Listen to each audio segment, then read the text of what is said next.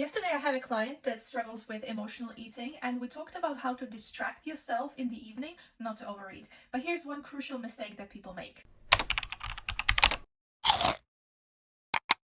So, when people talk about distracting yourself from food, for example, in the evening, I don't think they explain it very well, because if I tell you that whenever you feel the urge to eat, you should just go for a walk or read a book, and that will be your solution, right? That will distract you from food and you will come back a renewed person. Well, that is not the purpose of these distractions, quote unquote.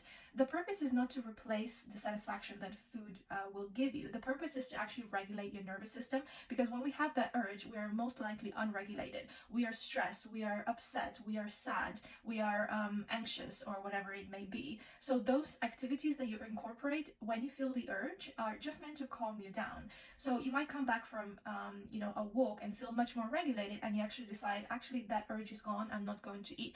Or you might still eat. The key is to really discover what works for you, and then to put that thing that works for you into the toolbox in order to regulate your nervous system. And as long as it works most of the time, you're making huge progress, because no one is regulated 100% of the time. And even this client that I spoke to, I told her that being human means that we are eating emotionally sometimes, even if we don't realize. Most of us, will reach for food when we're happy or we are sad. It's just that some people can manage that better than others. If we always reach for extra food, then obviously that is not a good coping mechanism.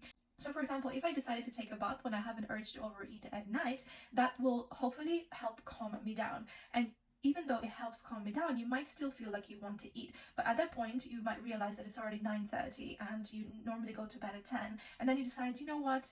I'm going to brush my teeth, get ready for bed, and go to bed instead. So it's almost like you are delaying acting on this urge, and you're almost tricking yourself into overcoming it without actually forcing yourself not to feel these feelings and these urges, if that makes sense. So it really is sometimes about just those little tweaks that we make that actually makes it easier for us to overcome that urge. I hope that makes sense. So the point I wanted to make is that when someone tells you to read a book, go for a walk, or have a bath, or call a friend, it's not because that is going to offer the same satisfaction as the food would in that moment. It's because it's a good way to regulate your system. Everyone is different. One thing that works for one person will not be the same for another, but it's all an experiment. Just as I say, always, it's different tools that we have that we discover, by learning, by exploring, by asking questions, that at some point we actually realize we're able to manage most of those urges. So let me know what you think, and follow for more strategies to overcome overeating.